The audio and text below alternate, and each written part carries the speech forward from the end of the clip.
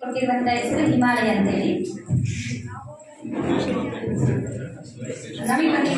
ನಾವು ತಗೊಂಡಿರುವಂತ ಎಕ್ಸಾಮ್ಸ್ ಅಲ್ಲದೆ exit card ಅನ್ನ ತಗೊಂಡಿದ್ದೀವಿ. ಟಾಪಿಕ್ ಏನಂದ್ರೆ ಒಂದು ಪಾಠವನ್ನ ಮಾಡಿದ ನಂತರ ಆ ಪಾಠದಲ್ಲಿ ಬರುವಂತಹ ಕಠಿಣ ಪದಗಳನ್ನ ಮಕ್ಕಳಿಗೆ ಸುಲಭವಾಗಿ ಅರ್ಥೈಸ್ಕೊಳ್ಳಿಕ್ಕೋಸ್ಕರ, ಅಂದ್ರೆ ಮಕ್ಕಳು ತುಂಬಾ ಚೆನ್ನಾಗಿ ಅರ್ಥ ಮಾಡ್ಕೊಂಡಿದ್ದಾರೆ ಇಲ್ಲ ಅಂತೇಳಿ ನಾವು ಅವಲೋಕನ ಮಾಡ್ಲಿಕ್ಕೋಸ್ಕರ ಈ ಒಂದು ಎಕ್ಸಿಟ್ ಕಾರ್ಡ್ ಅನ್ನ ತಗೊಂಡಿದ್ದೀವಿ. ಸ್ವಂತ ವಾಕ್ಯದ ರಚನೆಯನ್ನ, ಅಂದ್ರೆ ಕಠಿಣ ಪದಗಳನ್ನ ಮಕ್ಕಳಿಗೆ ಕೊಟ್ಬಿಟ್ಟು ಅದರಿಂದ ಅವ್ರ ಮಕ್ಕಳು ಏನ್ ಮಾಡ್ಬೇಕು, ಸ್ವಂತ ವಾಕ್ಯ ರಚನೆಯನ್ನ ಮಾಡ್ಬೇಕು. ಅದ್ರ ಜೊತೆಗೆ ಆ ಕೊಟ್ಟಿರುವಂತ ಪದಕ್ಕೆ ವಿರುದ್ಧಾರ್ಥಕ ಪದಗಳು ಬರ್ತಾವ ಅನ್ನುವಂಥದ್ದನ್ನ ಥಿಂಕ್ ಮಾಡುವಂತ ಒಂದು ಎಕ್ಸಿಟ್ ಕಾರ್ಡ್ ಅನ್ನು ಕೊಟ್ಟಿರ್ತೀವಿ.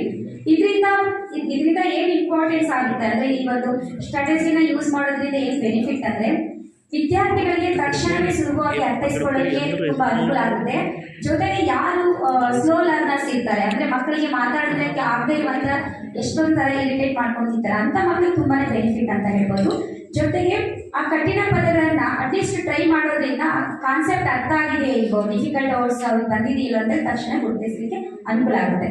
ಇದರಿಂದ ಯಾವ ತರದ ಪ್ರಾಬ್ಲಮ್ ಅನ್ನ ಸಮಸ್ಯೆನ ನಾವು ನಿವಾರಿಸಬಹುದು ಅಂದ್ರೆ, ಮಕ್ಕಳಲ್ಲಿ ವ್ಯಾಕರಣಾಂಶ ಅಂದ್ರೆ ಡಿಫಿಕಲ್ಟ್ ವರ್ಡ್ಸ್ ನ ಒಂದು ಶಬ್ದ ಭಂಡಾರವನ್ನು ಹೆಚ್ಚಿಸಬಹುದು, ವಾಕ್ಯ ರಚನಾ ಸಾಮರ್ಥ್ಯವನ್ನ ಬಳಸಬಹುದು, ಸೃಜನಶೀಲತೆಯನ್ನ ಕೂಡ ನೋಡಬಹುದು. ಯಾಕಂದ್ರೆ ವಾಕ್ಯ ರಚನೆ ಮಾಡೋದ್ರಿಂದ ಮಕ್ಕಳಿಗೆ ಥಿಂಕಿಂಗ್ ಕೆಪಾಸಿಟಿ ಬೆಳೆಯುತ್ತೆ. ಅದರಿಂದ ಏನ್ ಮಾಡ್ತಾರೆ, ಮಕ್ಕಳು ಸೃಜನಶೀಲವಾಗಿ ಚಿಂತನೆಯನ್ನ ಮಾಡ್ತಾರೆ.